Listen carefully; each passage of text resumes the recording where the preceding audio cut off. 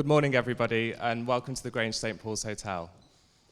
I'm proud to be an ambassador of the hospitality and tourism industry. My name's Sam, and I work here at the Grange St. Paul's as a guest relations manager. I love my job because no 2 days are the same. Each day I have the opportunity to be creative, to meet new people from different backgrounds and cultures, and to create memorable experiences for our guests. What I would like to see in the future of our industry, in our ever-increasing digital world, is that we can embrace new technologies while still maintaining the focus on guest experience and personalized service. Thank you. Over to you, April. Hi everyone, how are we all doing today? Oh, somebody responded to me. Woo! I'm not doing too bad. It's really bright up here. I need some sunglasses. Okay, so my name is April Lily Partridge, and I am a chef. I work in a restaurant in Shoreditch called the Clove Club. I'm really, really proud to be here with you all today. I think this is an amazing industry that's made up of so many people that are so hardworking, passionate and dedicated to making other people's experiences great and pleasing other people, which is wonderful. What I would like to see change in the industry is I want to see food education implemented in schools as a core subject. In my opinion, it is just as important, if not more important, than English, maths and science. And I think as a domino effect, if we brought that in, we would have a lot more people interested in the industry when they hit 16, 17.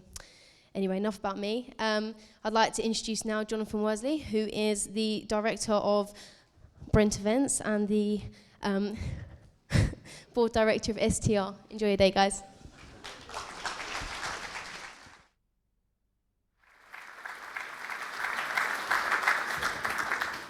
Great. Thank you very much for that lovely introduction. Ministers, ladies, and gentlemen, what a pleasure it is to be here for our 5th annual 2016 Hospitality and Tourism Summit here at the Grange Hotel St. Paul's. You know, it's just a delight that my team, myself, are involved in this event. We've been doing it for 5 years, co-hosting this along with the BHA. And it really is a very special thing to be part of this conference.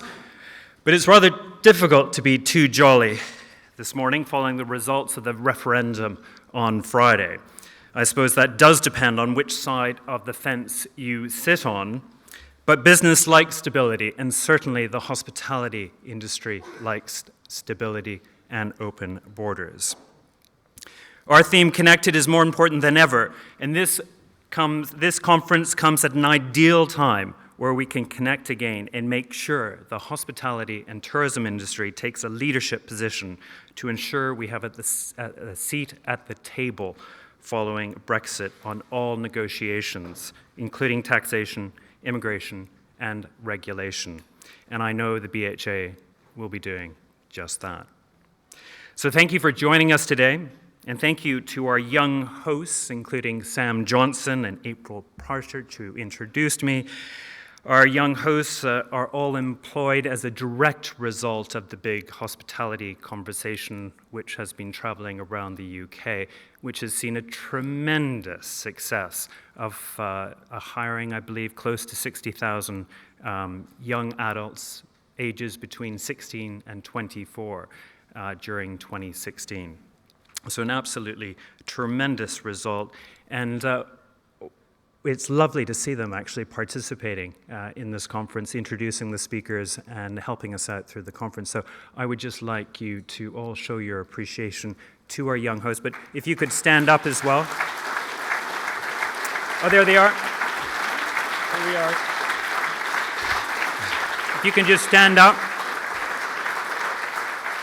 It's great. It's great to have the youth involved, and we need at this point in time to give them as much encouragement as possible given the current situation. So we couldn't ask for a better time for this summit. Well planned, Doofy, right after this referendum. And we have an amazing lineup of speakers as well, from the Secretary of State for Culture, Media and Sport, industry leaders, disruptive leaders, UK's leading economist, Dr. Andrew Sentence, and at 6 p.m. this evening, Lord Hague will be speaking. So today's summit will be one of the most interesting, topical, and connected conferences, certainly this year. So I know we're all going to have questions throughout the day, so we're going to have roving mics for you. But I thought Andrew Marr summed it up nicely yesterday on the Andrew Marr Show regarding Brexit. Probably it won't be quite as good as you hope, and not quite as bad as you fear. Probably. Now, before I introduce my co-host, would you please bear with me and let me thank our sponsors. An enormous thanks to our host sponsors, and they include Global Hospitality Services, GHS, which is a sales and marketing technology platform, and Grange Hotels for hosting us here today. Grange follows in the footsteps of Intercontinental Hotels, who hosted us for 2 years, then Accor Hotels, and now here at the Grange St. Paul. So a huge thank you to our host sponsors. And also to our patron sponsors, Barclays, Gatwick Airport, Nestle, and Sky, and our sponsors, Accor Hotels, American Express, Discovery Global Network, Bidvest, KPMG, TripAdvisor, and our workshop sponsor, Wedding Dates. So let's all show our thanks to our sponsors who have helped us put this event on.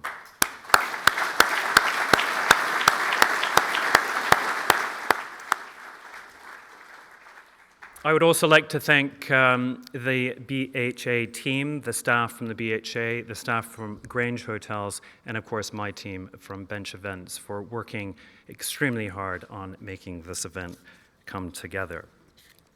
So let me introduce you to our co-host, Ufi Ibrahim, and Chief Executive of the BHA. Ufi is the brainchild behind this conference. And when she asked us to get involved in this conference, I said, absolutely. And of course I jumped because why wouldn't you want to move forward our great industry? So Ufi, you've done so much for our industry. It's become the Davos of the industry, I think, hasn't it? I hope so. I hope everyone agrees with that. Yeah. Well, we'll have to see. And also for driving the Tourism Industry Council with an agenda of 300,000 jobs by 2020. I think you're well on the road to that. Well, the 300,000 jobs agenda is our agenda at the British Hospitality Association. And actually, our industry, our members, all should be congratulated and feel extremely proud of the fact that over the past 5 years, 1 in 3 of all new jobs were created by our businesses. So I actually congratulate our members, and it's thanks to them that we're already 200,000 jobs on track towards our 300,000 job agenda by 2020. That's fantastic. Of course, there's a lot of uncertainty at the moment, but we will do everything possible to ensure the growth, the continued growth of our sector. Okay, well, would everybody please welcome you here, but please welcome I'm here. Thank you. Thank you. Jonathan, don't go. I'm not going to be very long. I just wanted to just say that, events since last Thursday are an absolutely stark reminder of the fact that our industry, our economy, and each one of us as individuals value certainty. It's absolutely critical to us all. And you are absolutely in the right place at the right time. Why? Because the British Hospitality Association's role has been heightened given the current circumstances. We champion and represent 44,000 businesses across the United Kingdom. And we work with government in order to ensure the achievement of 3 goals: competitive advantage for our country, sustainable growth for our industry, and valuable new jobs and careers for our people. And as the 4th largest employer in this country, supporting 4.5 million jobs, that is something that we are absolutely committed to achieving, working in collaboration with the government. So our summit is all about, this year in particular, trying to connect businesses with investors and with other businesses, and also in terms of connecting us with future talent and making sure that they have a voice at our event. And I'm very pleased that they've agreed to participate and to share their voice with us, but also with government, of course. And we're delighted that we have a series of senior political figures who will be joining us later today to give us some sense, their views on what is happening so far as they possibly can, because events continually change literally by the second. But we have designed today specifically in order to be able to gather intelligence, share intelligence with you, inform you, and help you to plan ahead. And for that, I'm very thankful also to Jonathan and to Bench Events for being our fantastic partners right from the start. Jonathan, thank you very, very much. But also, I would like to extend my thanks to the sponsors, everyone that's been involved in making today possible, and in particular to our host, whom I'm going to introduce now and welcome to the stage. And I hope you'll join me in welcoming Tony Mathrew, who is the founder and managing director of Grange Hotels and the initiator of the newly formed Global Hospitality Services. So Tony, please do welcome onto the stage, and thank you very much for hosting us today. Thank you, Tony. Oh, I need to go there. It's all a bit daunting having that picture up there. Look at something else if you want to. Thank you very much, Ufi, for that warm welcome. Thank you, Jonathan. Distinguished guests, ministers, ladies and gents, I'm very, very pleased to welcome you to the Grange St Paul's Hotel, one of 19 independent hotels that are now part of the Grange Independent Hotels Network. A small portfolio, London-focused, that started in the early 80s, at a time when the way in which bookings were made were by people writing letters by pigeon kind of post, by people walking out of airports and stations without trolley bags but carrying luggage in suitcases, looking for vacancy signs on hotels and their windows, and perhaps going to some high street retail, travel agents, perhaps hotel booking agents at airports and stations, and that was it, and you waited. We didn't really connect very successfully in those days. Thankfully, life has changed, and so we have moved from the letter to the fax to the email to the web, social media and apps, and now we are much better able to connect in a timely way, in a relevant way, in a personal way to our clients, our potential clients, our customers. We can try to build loyalty to our brand or to our premises. We can do much more in a much more connected way in order to be much more successful. So I think the topic for today is very relevant given my history and the way in which I started and the way the world is moving now. We've heard about uncertainty. We've heard that, that we're a bit fearful. We don't know what the unknown, the probables. Sir Martin Sorrell, who runs very successfully WPP, he was one of the very few people that forecast that there would be a Brexit vote marginally, which it certainly confounded a number of the others in his industry and certainly pollsters and bookmakers. What he said was the connectivity in the Brexit campaign was an emotional issue. It was about sovereignty, it was about immigration. It wasn't about temporal factors like the pound in your pocket and the economy and the big bad world outside. And so when we talk about connectivity, it isn't just about the technology. It isn't just about the means to communicate. It's actually also having some emotional connection with our clients and our people, something perhaps that the politicians will try to remember next time. I watched the Wales versus Ireland Euro football match recently, and one of the teams, I can't even remember which one it was, had the logo that stronger together. I think that's very relevant for the BHA and all our partners and our members. It's certainly stronger together for Grange Hotels as now a brand as opposed to an assorted collection of independent properties. Certainly now we're part of the Global Hospitality Services Network with nearly 300 hotels, so they can reach further and do more than we could do individually. It's slightly ironic that Wales, who voted to Brexit, then won by Northern Ireland, who voted not to, scoring an own goal, and I think that's an irony and a paradox. Franklin D. Roosevelt said, "There's nothing to fear but fear itself." And I think that's very relevant in these very uncertain times. So I think our messaging right now, all of us individually and collectively, need to think about an uncertain world, an improbable world, a probable world, a might be, a maybe world, where negative dialogue needs to be dismissed.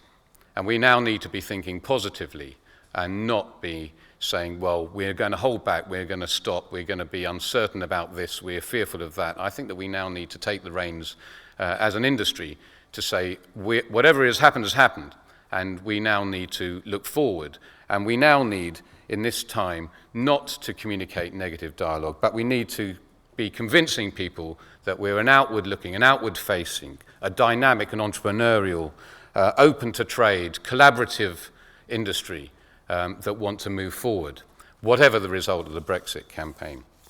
I said that I'm grateful to Global Hospitality Services. I think that such organizations that allow you to reach further than you could do individually, that you can collaborate on technology or expertise, pooled resources, enables us to do much as the BHA do. So that collaborative, that partnership world in today's uncertain times, it is very necessary. It's helpful to me in my business. I met a partnerships director for another hotel group. These are labels, these are titles that didn't exist not so long ago. We at Grange Hotels have 2 people who do nothing else but try to develop partnerships and collaborative approaches, and that's not a sales pitch. That's not going out and trying to identify new sales leads and to manage accounts. These are deliberately and focused on developing partnerships. Trade bodies like the BHA are really essential in these sort of choppy waters of today. We need to make sure that they voice our needs, that they find solutions to our common and individual problems. And I thank Ufi and her team for putting on and hosting this event today. In these times, it's really important that such organizations exist, that we are sitting, as she said, at the top table, that people do take notice of us, that we are an important industry, that individually we do lots to add value to our economy and to our world. I'd also finally like to thank the Grange ambassadors who are wearing the brightly coloured T-shirts. Perhaps they could come up on stage and show themselves. They'll be helping you if you do get lost. For those people who are technophobes and haven't downloaded the app and therefore are not connected to what's going on in each room at any time and don't want to remember who they met and why they met them. If you don't want to download the app, then just ask somebody in a Dayglow T-shirt. Thank you very much, ladies and gents, and have a wonderful and productive summit. Thank you, Tim.